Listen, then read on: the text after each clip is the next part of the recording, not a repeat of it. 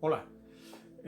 Este tema del perdón de los pecados, donde solamente Dios puede perdonar pecados, consta de 3 secciones y estamos en la sección C. Hemos hecho la A, la B y ahora tenemos la C. La iniciamos la A con un par de citas. Una de ellas en la que se afirmaba que solo Dios puede perdonar pecados, y ese tema lo hemos desarrollado ya en aquella sección que le corresponde. Hemos visto cómo solo se realiza el perdón de los pecados por parte de Dios y por qué solo Dios puede hacerlo. Este asunto iba relacionado íntimamente con la salvación del ser humano. Solo Dios puede perdonar pecados para justificación y salvación, que ese es el asunto principal. El perdón de pecados para ser justificados ante Dios y ser salvados por Él.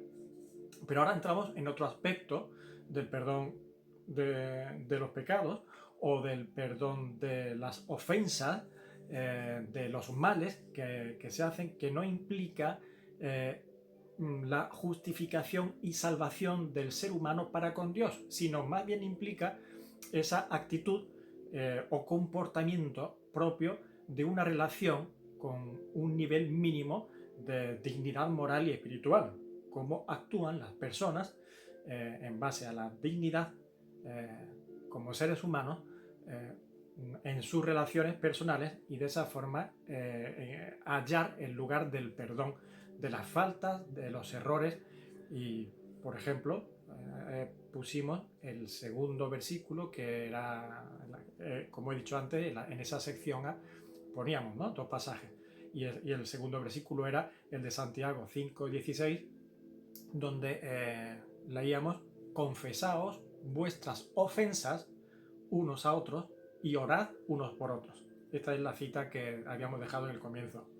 El versículo se halla en el escrito, ¿no?, en un pasaje donde el contexto es de dificultades de los creyentes y cómo afrontarlas, ¿no? Uno de los versículos, o unos versículos antes, el apóstol Santiago está diciendo: hermanos, no os quejéis unos contra otros. Santiago 5:9. Se estaban dando situaciones sencillamente humanas. Las relaciones habían tomado entre los cristianos una nueva dimensión. Ya las relaciones personales no eran como la de antes de conocer al Señor, eran unas nuevas, maravillosas, preciosas, que eran exultantes, ¿no?, que llenaban de gozo a la sociedad que la vivía. Pero ello no implicaba la perfección ni en las relaciones personales ni en las personas en sí. Los problemas podían surgir, pero ya no se iban a afrontar, que ese es un detalle importante, como antes de haber conocido a Cristo y como antes de tener a Cristo reinando en el corazón.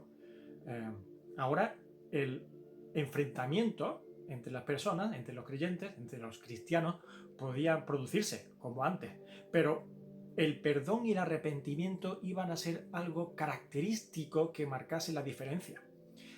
No había ya lugar para el rencor, para el aborrecimiento, para problemas que se enquistan y que se quedan ahí marcando una relación de forma exageradamente prolongada.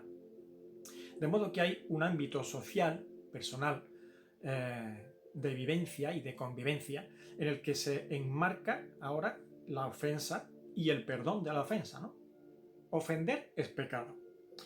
Dios no lo toleraría jamás, porque Dios no tolera el pecado y no tolera la ofensa. Y no lo puede, por tanto, aprobar. Pero ya ha pagado el precio de ese pecado cuando pagó por el pecado. Recordad lo que es el pecado como la semilla que lanza todo el germen, el fruto más bien, de los pecados que después se van a producir. Ahora toca a las dos partes implicadas en las ofensas, como partes perdonadas por Dios en su pecado, pues actuar en consecuencia. ¿Y cómo es? Pues confesándose unos a otros los pecados y perdonándoselos. Las ofensas, podríamos decirle también, ¿no?, o los males. Vemos el pasaje del Evangelio donde el Señor nos habla de esto que estoy diciendo. Mirad que en Mateo capítulo 5, versículos 22 al 23, fijaros lo que dice: pero yo os digo que cualquiera que se enoje contra su hermano será culpable de juicio. Y cualquiera que diga necio a su hermano será culpable ante el concilio. Y cualquiera que le diga fatuo, tonto, en palabras de hoy, quedará expuesto al infierno de fuego. Por tanto, si traes tu ofrenda al altar y allí te acuerdas de que tu hermano tiene algo contra ti, deja allí tu ofrenda delante del altar y anda, reconcíliate primero con tu hermano y entonces ven y presenta tu ofrenda. Así que queda clara una cosa en este aspecto, ¿verdad? Que el Señor presenta. Queda clara la relación que hay entre Dios, el pecado y el hombre. Esa relación que existe así, ¿no? Cómo está conjugado. Y la relación también que existe entre el hombre, la ofensa y Dios. Donde la ofensa es pecado. Y Dios no tolera el pecado. Y al hombre se le da la responsabilidad que le corresponde para actuar consecuentemente ¿a qué? A su fe. Tú eres creyente, tú te sientes amado por Dios y amas a Dios, entonces actúa consecuentemente, coherentemente, ¿no? Es absurdo, como está expresando aquí el Señor, que tú vayas a adorar a Dios, que eso es lo que se refiere con el asunto de llevar tu ofrenda al altar, ¿no? Como se hacía en el templo. Es absurdo pensar en adorar a Dios, proclamando tu amor hacia Dios y mientras aborrecer a tu prójimo en tu corazón y en tu mente y en todo tu ser, ¿no? Odiar al prójimo que estáis. Mirad lo que dice Juan en su epístola primera, en el capítulo 20, en el capítulo 4, versículo 20. Si alguno dice, yo amo a Dios, yo amo a Dios, y aborrece a su hermano, es mentiroso. Pues el que no ama a su hermano, a quien ha visto, yo a las personas las veo. ¿Cómo puede amar a Dios a quien no ha visto? Qué lógica tan aplastante, ¿verdad? La de la palabra de Dios. No hay que ser muy pillo. Es muy sencilla y muy sabia. Tú dices que amas a alguien que no ves porque Dios es espíritu y no lo has visto y te desvives por ese amor, pero después al que estás viendo no lo amas. ¿Eso cómo es posible, no? Esa contradicción tan extraña, ¿no? Y sigue también Juan diciendo, el que dice que está en luz, es decir, que anda en verdad, en justicia, en una buena vida, y aborrece a su hermano, está todavía en tinieblas. Realmente no hay verdad en él, no hay luz en él, no hay una vida buena en él. Por tanto, son las evidencias, el fruto de las que hablábamos en temas anteriores, ¿verdad? Lo que hay en el interior se manifiesta como un fruto al exterior. También Juan, en el capítulo 3, versículo 15, dice, todo aquel que aborrece a su hermano es homicida. Así que mirad lo que es el enfrentamiento. Mirad lo que significa para la palabra de Dios el odio y la enemistad entre las personas. Lo toma como homicidio, ¿de acuerdo? Todo aquel que aborrece a su hermano es homicida. Y sabéis que ningún homicida tiene vida eterna permanente en él. Es decir, no ha recibido la vida que Dios da a los que son salvados por el Señor. Así que queda expuesta la relación que hay entre conflicto y pecado. No podemos pensar que, bueno, con ese es que yo no lo puedo aguantar.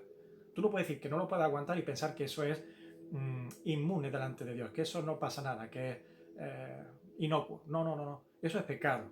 No se puede no poder aguantar a alguien en el sentido de mantener una actitud hostil hacia él. Y por tanto, el pecado para con Dios conlleva condenación. Y la condenación es no ser de Dios. Así que no podemos decir que amamos a Dios y no amar al hermano o al prójimo que estás viendo, ¿no? Como decíamos al principio. Ahora, estamos diciendo, y vamos a ir por partes importantes, estamos diciendo que los cristianos no pecan o que no pueden pecar porque Dios los perdonó y Jesús pagó por sus pecados. Pues no, nadie está libre de pecado. Eso lo deja muy claro la Biblia. Nadie está libre de pecado. El que esté libre de pecado, que tire la primera piedra, ¿verdad? Eso lo conocemos todos. Sin embargo, vimos en el tema de la salvación cómo una persona salva estaba libre del pecado o era libre del pecado. Pues vamos a explicar esto, a qué nos referíamos y en qué consiste. Libre del pecado se refiere la palabra del Señor a una persona salva con respecto a libre del peso del pecado y del poder del pecado que mata al hombre, pero no de la influencia del pecado. Una cosa es ser libre del peso del pecado, que es como una roca que está encima y que te aplasta por su propio peso, o del poder del pecado, que son unas cadenas de esclavitud del cual no te puedes librar, y otra cosa es ser libre de la influencia maligna del pecado. Y el creyente está libre del peso del pecado, ya no pesa sobre él, no lo mata. Cristo quitó ese peso y Cristo quitó la esclavitud que produce el pecado. El poder del pecado lo anula en el hombre, pero la influencia sigue estando ahí. Estamos en un mundo de pecado, estamos en una naturaleza sometida a ese pecado, así que hay influencia del pecado en mí. Mirad, en Romanos capítulo 6, versículo 14 dice: porque el pecado no se enseñoreará de vosotros. ¿Os dais cuenta? Esa palabra es muy importante. El pecado no se enseñoreará, no será señor sobre nosotros, que nos tiene esclavizados. Puede estar, pero no va a reinar ni va a controlar mi naturaleza ni mi ser. Hará aparición, pero no me doblegará y no será el que predomine en mí, sino que será Cristo quien predomine. Por tanto, el cristiano no está libre de pecar. Si alguno dice que no hay pecado en él, miente y hace mentiroso a Dios. El cristiano no puede decir nunca que no peca. Y Primera de Juan, capítulo 1, versículo 10 dice: si decimos que no hemos pecado, lo hacemos a él mentiroso. Así que la primera que dice que no podemos decir los cristianos que no pecamos ni que no hemos pecado es la palabra de Dios. Porque haríamos mentiroso al mismo Dios que dice que sí. Pero ¿cómo es entonces el pecado en el cristiano? La Biblia lo asemeja a un caminante que está limpio entero, pero que sus pies se ensucian pues, por el camino que está andando y el polvo que hay en él. Y esa suciedad después se elimina cuando uno llega a casa y se quita el calzado, se limpia sus pies y nada más, ¿no? En el capítulo 13 del Evangelio de Juan, versículos 9 y 10, se da el caso del Señor cuando está con sus discípulos cenando poco antes de ser entregado para morir, y se levanta, se quita su manto, coge una toalla, se la ciñe, se pone de rodillas para lavar los pies de los discípulos. Y cuando Pedro ve eso, él que es muy fogoso, ¿no? Digamos, pues reacciona diciendo: no, Señor, tú no me vas a lavar a mí los pies, tú eres el Señor, ¿no? Y el Señor dice: pues si no te lavo los pies no tendrás parte conmigo, no vas a estar donde yo estoy, no vas a tener que ver conmigo. No, pues entonces espérate, sí, lávame los pies y lávame todo entero. Y ahora va al otro extremo. O no me lavas nada o me lavas todo entero, ¿no? Hay reacciones extremistas muchas veces en las personas, en todos los sentidos. Bien, la respuesta entonces de Simón Pedro dice: Señor, no solo mis pies, sino también las manos y la cabeza. Jesús, ¿qué le responde? Dice: Jesús le dijo: el que está lavado no necesita sino lavarse los pies, pues está todo limpio, y vosotros limpios estáis. Y después acaba diciendo: aunque no todos. ¿Por qué? Porque ahí estaba Judas, que sería el que le había de entregar, y no era una persona limpia por el Señor, porque el Señor no lo había salvado, porque él no creyó de verdad en el Señor. El Señor horas antes, así que de ser entregado, muestra esa realidad a sus discípulos, y la hace en el contexto del servicio. Eso de ceñirse la toalla y arrodillarse era una muestra de lo que es servirse unos a otros. No hay servicio sin humildad, no hay servicio sin humillarse. Ponerse de rodillas a lavar los pies de otros, sobre todo si eres el maestro, como él dijo: si yo siendo el Señor y el maestro, que bien decís que lo soy, hago esto, vosotros cuanto más debéis hacerlo, ¿no? Ejemplo os he dado para que vosotros lo hagáis. Bien, pues al arrodillarse el Señor se estaba humillando, era una forma de humillarse. Tenemos la humillación como algo horrible. La información que recibimos cada día es todo lo contrario, ¿verdad? La autopercepción de que yo soy, de que yo valgo, de yo, engrandeciéndolo. Bueno, una cosa es la humillación para flagelarse y hacerse mal a uno mismo, pensando que el sufrimiento y el mal autoinfringido me va a aportar algo beneficioso, que no es así, y la palabra así nunca lo enseña. Y otra cosa es humillarse en el sentido de quitar precisamente la altanería que podamos tener, el ego que nos supera, y, esa clase de vida de andar mirando por encima del hombro. No, mirad, si hay que arrodillarse para lavar un pie o unos pies, para ayudar a alguien, para dar un plato de sopa a alguien, qué bendito y qué maravilloso gesto, ¿no? Y yo creo que merece la pena eso, ¿no? No decir, no, toma 5 euros y que te compre tú un plato. Cómprate un plato y llévaselo y pónselo en la mesa a alguien que lo necesite, ¿no? No pasa nada, no se te caigan los anillos, ¿no? El Señor está enseñando esa forma de humillación, de agacharse y ponerse de rodillas. Bien, ese era el contexto en el que el Señor está enseñando el servicio. Y es imposible esa actitud en un ámbito de rencor, en un ámbito de enfrentamiento. Así que el perdón es lo primero. Dejar el terreno allanado en las relaciones personales mediante el perdón y la reconciliación y crear un ámbito fraternal óptimo, unos para con otros. ¿Para qué? Para hacer al final lo que el Señor nos manda. Si no, sería imposible. No nos podríamos servir ni ayudar si no nos perdonamos, si hay rencor. Y para eso es necesaria para eso no es necesaria la autoridad jerárquica religiosa. Lo único que es necesario son dos personas dispuestas a ello, a perdonarse, a entenderse y a ayudarse. Y hay que darse cuenta de que era el ámbito en el que todos estaban limpios, excepto uno que ya sabemos que era Judas, que no, pero con pies sucios. Mirad qué detalle tan interesante. Limpios, pero solo con sus pies sucios. Una buena muestra de una perfección consumada, pero no completada. ¿Vale? Estáis perfeccionados en Cristo, estáis perdonados, ya consumado el perdón de vuestros pecados, pero falta completarlo. ¿Cómo? Quitando ya esta naturaleza, que eso ya será cuando nos vayamos de este mundo, pero mientras estemos aquí, todavía hay algo pendiente, quitar esta naturaleza que nos hace frágiles y vulnerables. Entonces, ¿qué pasa con el cristiano que peca? Eso que se ilustra como la suciedad de los pies, ¿no? ¿Qué pasa con el cristiano que peca respecto a Dios? Porque se ha dicho que Dios no tolera el pecado, que lo condena, que su ira se enciende contra el pecado y derrama pues castigo sobre el pecado y condenación.